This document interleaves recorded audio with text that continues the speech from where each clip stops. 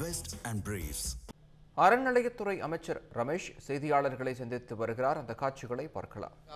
கோவில்களுடைய திருப்பணிகளுக்கு முக்கியத்துவம் கொடுக்கப்படும்.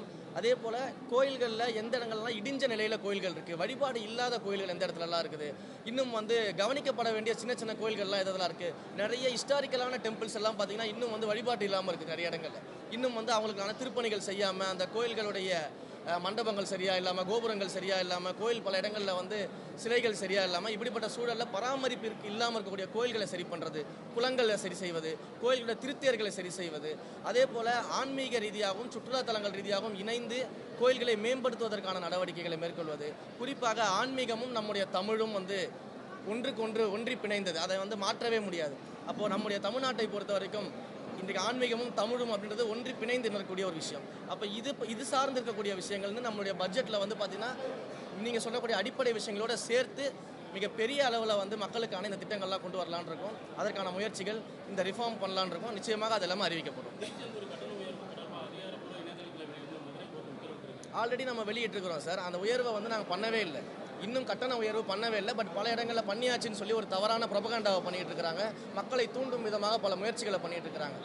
அது ஏற்கனவே நடைமுறையில் இருந்த ஒன்று. அதற்கான விளம்பரத்தை கொடுத்து மக்கள்கிட்ட கருத்து கேட்பு தான் பண்ணியிருக்கிறாங்க. மக்களுடைய கருத்தின் அடிப்படையில் தான் முடிவு செய்யப்படும். மக்கள் கருத்தில் வேணான்னு சொல்லிட்டாங்கன்னா நாங்கள் அதை கைவிட போகிறோம்.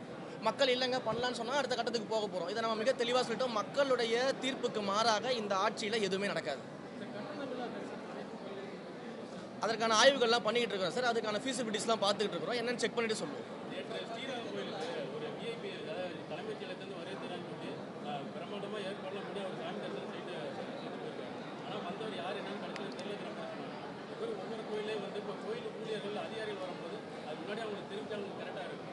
எல்லா கோயில்லையுமே இந்த விஐபி தரிசனங்களை பொறுத்த வரைக்கும் அதை நாங்கள் பல்வேறு இடங்களில் முறைப்படுத்த சொல்லியிருக்கிறோம். ஸோ இந்த மாதிரியான கல்ச்சர்ஸில் நாங்கள் முடிவுகள் எடுக்கிறதுக்காக சில டிஸ்கஷன்ஸ்லாம் பண்ணிக்கிட்டு இருக்கிறோம். இந்த கோயிலில் என்ன நடந்தது அப்படின்றத நான் விசாரிச்சுட்டு இருக்கிறேன். விசாரணை அடிப்படையில் அதற்கேற்ற முடிவுகள்லாம் எடுக்கப்படும்.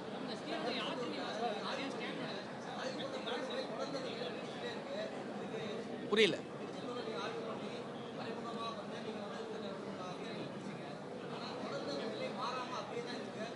அந்த நிலை மாறாமலாம் இல்லை சார். நான் பல்வேறு பொதுமக்களை சந்திச்சுட்டு இருக்கிறேன். ஒரு விஷயத்தை முன்னெடுக்கும் போது இன்றைக்கு 70-80% திருச்செந்தூர் கோயிலுடைய நிலைகள் மாறி இருக்குது. இன்னும் 10-15% இருக்க தான் செய்யும். ஏன்னா ஒரே அடியாக 100% யாராலையும் மாற்ற முடியாது. நீங்கள் நினைச்சாலும் அதை மாற்ற முடியாது. கரெக்டு தானே? அப்போ அந்த இடங்களில் 80% நிலை மாறி இருக்குது. பொதுமக்கள் நான் பார்க்குற இடத்துலலாம் திருச்செந்தூர் இப்போ மாறி இருக்குன்ற கருத்தை என்கிட்ட சொல்லிக்கிட்டு இருக்கிறாங்க. பொதுமக்கள் சந்தோஷமாக இருக்கிறாங்க. நீங்கள் டவுட் இருந்தால் கண்டிப்பாக நேரடியாக போய் பார்க்கலாம்.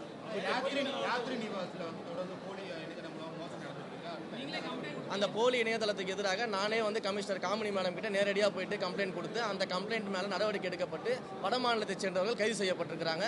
இப்போ நாங்கள் என்ன பிளான் பண்ணிட்டு இருக்கோம் அப்படின்னா, யாத்ரி நிவாஸுக்கு நாங்களே ஆன்லைன் புக்கிங்கை தொடங்கி ஒரு அஃபிஷியல் வெப்சைட்டை கொடுக்கலாம் அப்படின்ற டிஸ்கஷன் இருக்குது. அதை ப்ரொபகண்டா பண்ணி அதை மக்கள்கிட்ட கொண்டு போய் சேர்த்து விளம்பரம் செய்து போலி இணையதளங்களுக்கு ஏமாறுதுங்கிற அந்த ப்ரொபகண்டாவை பண்ணுறதுக்கு நாங்கள் தயாராக இருக்கோம்.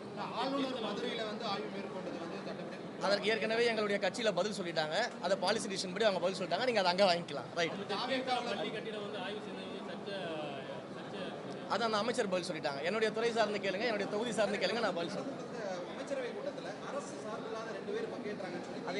அது எல்லாத்துக்கும் பதில் சொல்லிட்டாங்க சார். அதெல்லாம் பாலிசி டிசிஷன். எங்களுடைய அரசின் தலைமையில் இருக்கக்கூடியவர்கள், முதலமைச்சரும் கட்சியில் இருக்கவங்களாம் அதெல்லாம் பதில் சொல்லிட்டாங்க. இங்கே நான் மக்கள் குறை தீர்ப்பு முகாமுக்காக வந்திருக்கிறேன். மக்கள் பிரச்சனையை பற்றி பேசுங்க, இந்து சமய அறநிலையத்துறை பற்றி கேள்வி கேளுங்க, நான் பதில் சொல்றேன்.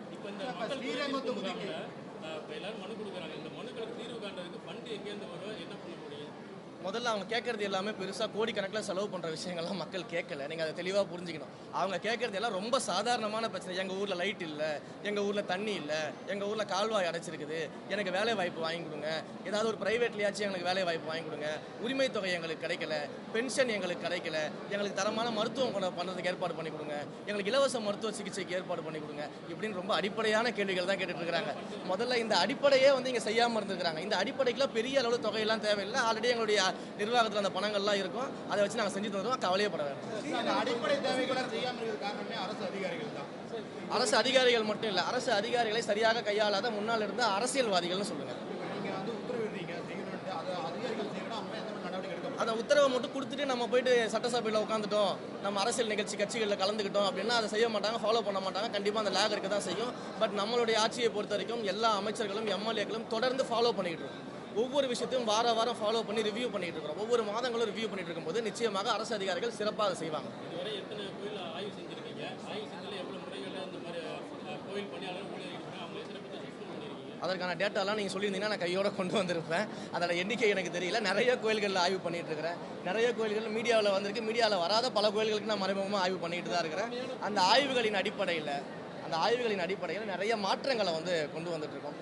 இந்து சமய அறநிலை கோயில்களை பொறுத்த வரைக்கும் இருக்கக்கூடிய நிறைய விஷயங்களில் மாற்றங்களை கொண்டு வந்துட்டு இருக்கோம். ஸ்ட்ரீம்லைன்ஸ் பண்ணிட்டு இருக்கிறோம். அதெல்லாம் ஒவ்வொன்றாக அறிவிப்பாக வெளிவரும்போது நிச்சயமாக உங்களுக்கு தெரியும்.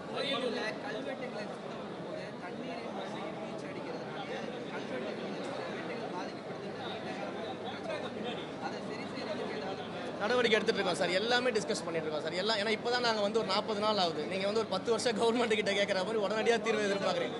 40 நாளில் நீங்கள் சொல்லக்கூடிய அத்தனை பிரச்சனைகளுக்குமே அதற்கான தீர்வுகள் என்ன பண்ணலான்ற டிஸ்கஷனில் இருக்கும். அது எல்லாமே 360 டிகிரியில் அனாலிசிஸ் பண்ணி அதற்கான முடிவுகள் எடுத்துருவோம். ரைட்டுங்களா? ஐயா அதை பற்றி பேசிக்கிட்டு இருக்கிறேன். கவலைப்படாதீங்க. அதற்கான இடங்களை வந்து பார்த்துக்கிட்டு இருக்கிறோம். ஸ்ரீரங்கம் கோயிலுக்கு பார்க்கிங் எப்படி பண்ணலாம், ஸ்ரீரங்கம் கோயிலில் இன்னும் எந்த அளவுக்கு டெவலப்மெண்ட் பண்ணி தமிழ்நாட்டுடைய பெருமையாக அதை இன்னும் அதிகமாக கொண்டு போய் மக்கள்கிட்ட சேர்ப்பதற்கு நேஷனல் லெவலில் ஐயா நிறைய கோயில்களில் பார்க்கிங் வசதி. நீங்கள் ஒவ்வொரு கோயிலாக சொல்லிட்டே போனால் நான் ஒவ்வொரு கோயிலுக்கும் பதில் சொல்கிற மாதிரி இருக்கும். அங்கே மக்கள் வெயிட் பண்ணிட்டு இருக்காங்க. சொல்கிறதே கேளுங்க.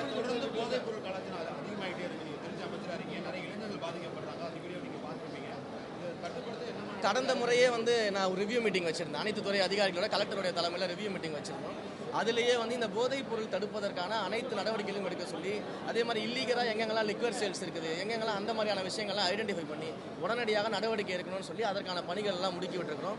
தொடர்ந்து ரோந்து பணிகளை வந்து அதிகப்படுத்தணும், தீவிரப்படுத்தணும். குறிப்பாக இரவு நேரங்களில் வந்து அந்த ரோந்து பணிகள் தீவிரப்படுத்தணும். ஏன் பதில் சொல்கிறது மாதிரி கேள்வி கேட்டதுன்னா எப்படி பதில் சொல்ல முடியும்? ஸோ இந்த மாதிரியான ரோந்து பணிகள் எல்லாமே வந்து நாங்கள் முன்னெடுத்துருக்கிறோம்.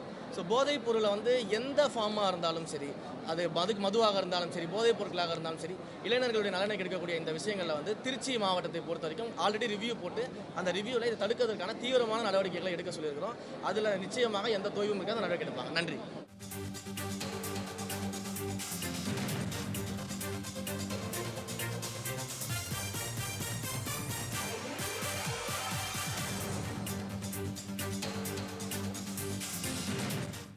Wherever you go, whatever you do, throw a little at it. Omax, Vest and Briefs.